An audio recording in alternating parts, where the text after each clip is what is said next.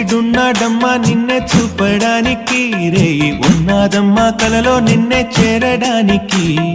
మాట మనసు సిద్ధం నీకే ఇవ్వడానికి, నా కళ్ళు పెదవి ఉన్నాయి నీతో నవ్వడానికి.